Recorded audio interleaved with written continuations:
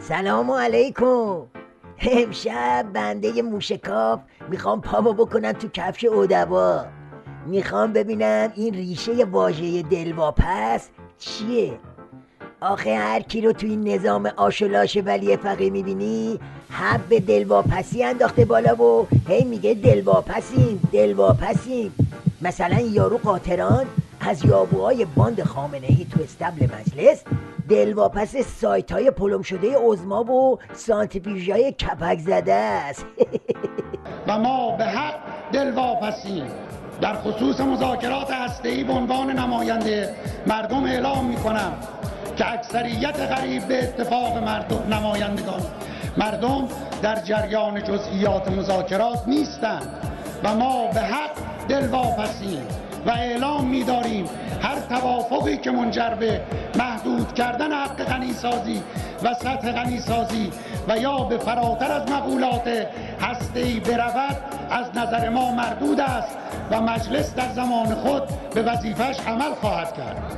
از اون طرف پیر مؤذن که از خاطرخواهای کوسه تو مجلسه دلواپس ترکیدن انبار باروت و پریشون شدن عمامه آخونداست.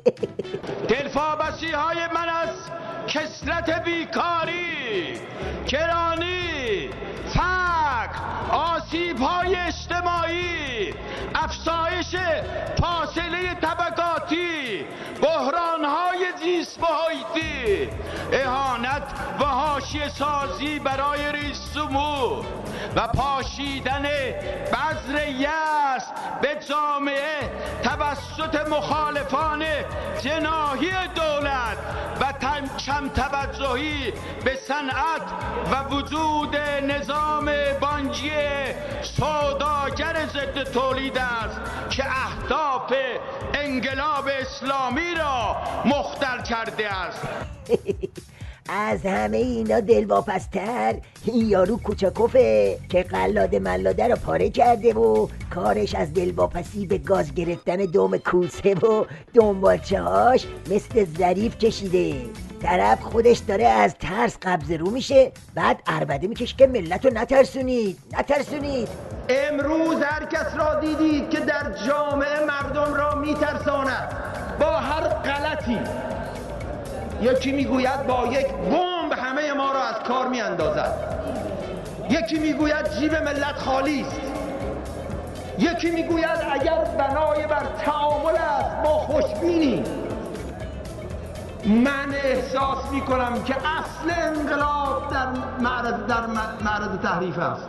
اوه نظام مقتدر منسجم ام القرازه رو باش. خودشون میخوان علیه خودشون کودتا کنن.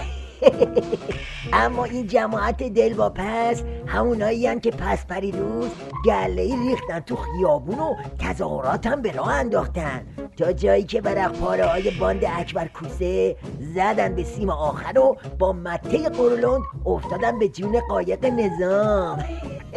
در حالی که صنوف برای بیان مسائل صنفی خود قادر به اخذ مجوز تجمع صنفی و قانونی نیستند، ولی یاران دلواپس برای نقد سیاست‌های هسته‌ای و حتی شعار علیه دولت به راحتی قادر به برگزاری همایش و مانور خیابانی می-باشند. چی؟ فتنه؟ اردوکشی خیابونی؟ وای اردوکشی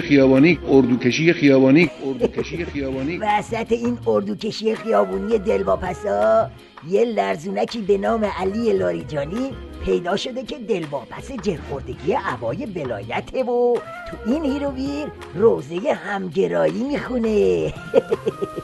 یک همگرایی در کشور هست، چون شما در شرایط عادی نیستید، یه مصاف بیرونی دارید، یه مشکلات درونی دارید. حاشیه پردازی در شرایط که فعلی کشور از سر سیری مگه رخ بده برای کسی، و یعنی کسی ببینه این مشکلاتی که مردم دارن نمیتونه خیلی به حاشیه پردازی. آقا بنده موشکاف بعد از نگاهی گذرا به این مسابقه دریدن و استخون جویدن تو نظام ولایت فقیه یواش یواش دارم معنی دلواپسی رو میفهمم. دل به علاوه واپس یعنی از وقتی عظما تو اتمی همچی بفهمی نفهمید داره واپس میتمرگه، دل همه اوباش حکومتی شروع کرده به توپ تا. اما اینو از بنده موشکاف داشته باشی بابا، کم دل واپسی، کم دل شوره داری. انبار بارود که منفجر بشه اون وقت معنی دل واپسی رو بهتر میفهمید، مگه نه جوونا؟